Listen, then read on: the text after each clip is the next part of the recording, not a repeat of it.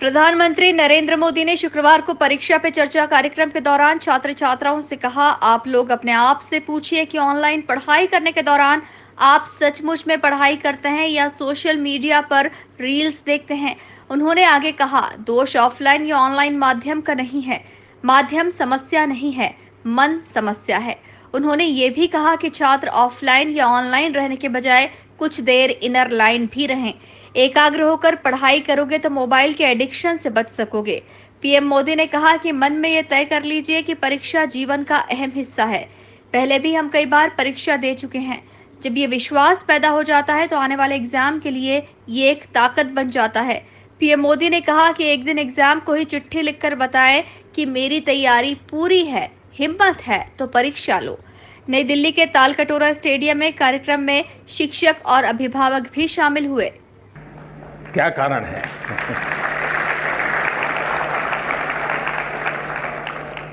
मुझे लगता है कि आपने सवाल स्टूडेंट के लिए नहीं पूछा है। आपने बड़ी चतुराई से पेरेंट्स और टीचर के लिए पूछा है। और मुझे लगता है कि आप चाहती हैं कि मैं आज यहां से हर एक के पेरेंट्स को और टीचर्स को कुछ यहां से कह दूं ताकि आपके काम आ जाए।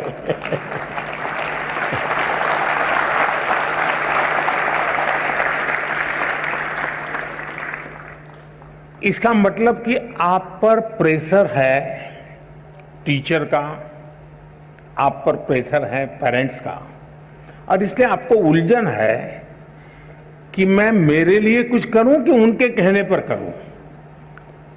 अब उनको समझा नहीं पा रहे हैं और मैं अपना छोड़ नहीं पा रहा हूं। ये आपकी चिंता मैं महसूस कर रहा हूं।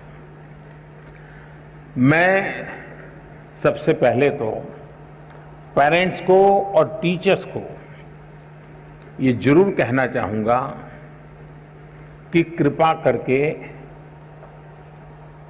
आप मन में सपने लेकर के जीते हैं, या तो जो सपने आपके खुद के अधूरे रह गए हैं, आप जो करना चाहते थे अपने विद्यार्थी काल में, आप जो अपने जीवन में करना चाहते थे वो नहीं कर पाए, और इसलिए दिन रात आपको लगता है कि बस इसको तो वो बना के रहूंगा।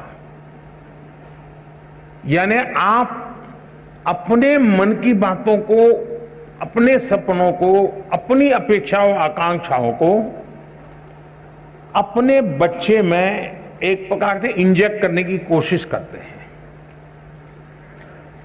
बच्चा आपको रिस्पेक्ट करता है, माँ बाप की बात को बहुत महत्व देता है। दूसरी तरफ टीचर कहते हैं कि देखिए तुम्हें ये करना है, तुम ये करो, हमारे स्कूल में तो ये है रहता है, हमारी तो ये परंपरा है। आपका मन कुछ तीसरा ही करता है। और ज्यादातर हमारे बच्चों के विकास में ये जो कंफ्यूज और कॉन्ट्राडिक्टरी जो प्रभावों के बीच में उसे गुजरना पड़ता है, ये उसके लिए बहुत बड़ी चिंता का विषय होता है। और इसलिए पुराने जमाने में टीचर का परिवार से संपर्क रहता था। परिवार के हर लोग को टीचर जानते थे, और परिवार भी अपने बच्चों के लिए क्या सोचता है उसे टीचर परिचित होते थे। टीचर क्या करते हैं, कैसा करते हैं, वो उससे पेरेंट्स परिचित होते थे। यानी एक प्रकार से शिक्षा एक, चाहे स्कूल में चलती हो, शिक्षा घर में चलती हो, हर कोई एक ही प्लेटफॉर्म पर होता था। और उसके कारण अब क्या हुआ है, बच्चा दिन भर क्या करता है माँ बाप को समझ नहीं है, जानते नहीं है।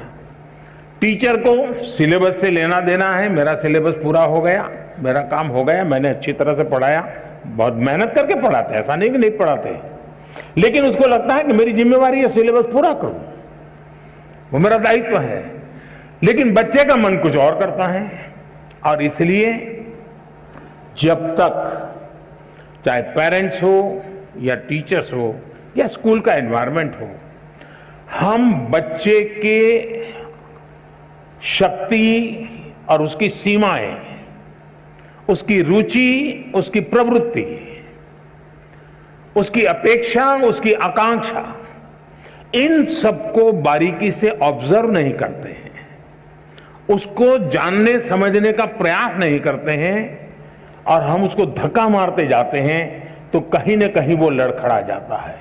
और इसलिए मैं रोशनी के माध्यम से सभी पेरेंट्स को, सभी टीचर्स को कहना चाहूंगा कि आप अपने मन की आशा अपेक्षा के अनुसार अपने बच्चों पर बोझ बढ़ जाए, इससे बचने का प्रयास करें। उनकी और हर बच्चे के पास एक स्ट्रेंथ होती है, हर माँ बाप को स्वीकारना होगा कि आपके तराजू में वो फिट हो या ना हो, लेकिन परमात्मा ने उसको किसी न किसी विशेष ताकत के साथ भेजा है, उसके अंदर कोई सामर्थ्य है। ये आपकी कमी है, ये आपकी कमी है कि आप उसके सामर्थ्य को पहचान नहीं पाते हो। ये आपकी कमी है कि आप उसके सपनों को समझ नहीं पा रहे हो और इसलिए दूरी वहीं से बन जाती है। और मैं चाहूंगा बच्चों से कि आप प्रेशर के बीच भी, अब ये तो मैं नहीं कहूंगा कि मां बाप का मत सुनो, मैं ये तो नहीं कहूंगा टीचर की बात मत सुनो, ये तो सलाह ठीक नहीं होगी। सुनना तो है ही है, वो जो कहते हैं उसको समझना है, लेकिन हमें उन चीजों को स्वीकार करना है जो हमारे भीतर बहुत सहज रूप से, आपने देखा होगा धरती भी वैसे तो निर्जीव लगती है,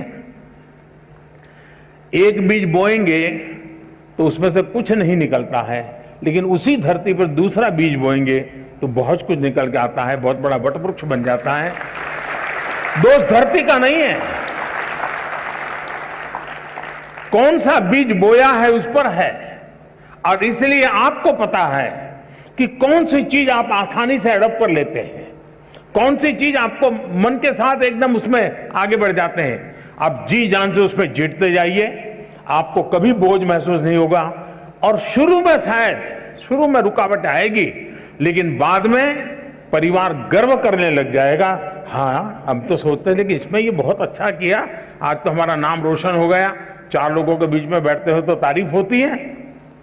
जो कल तक आप कोई ताकत को स्वीकार नहीं करते थे, वो आने वाले समय में आप ही के ताकत का गौरवगान करना शुरू कर देंगे।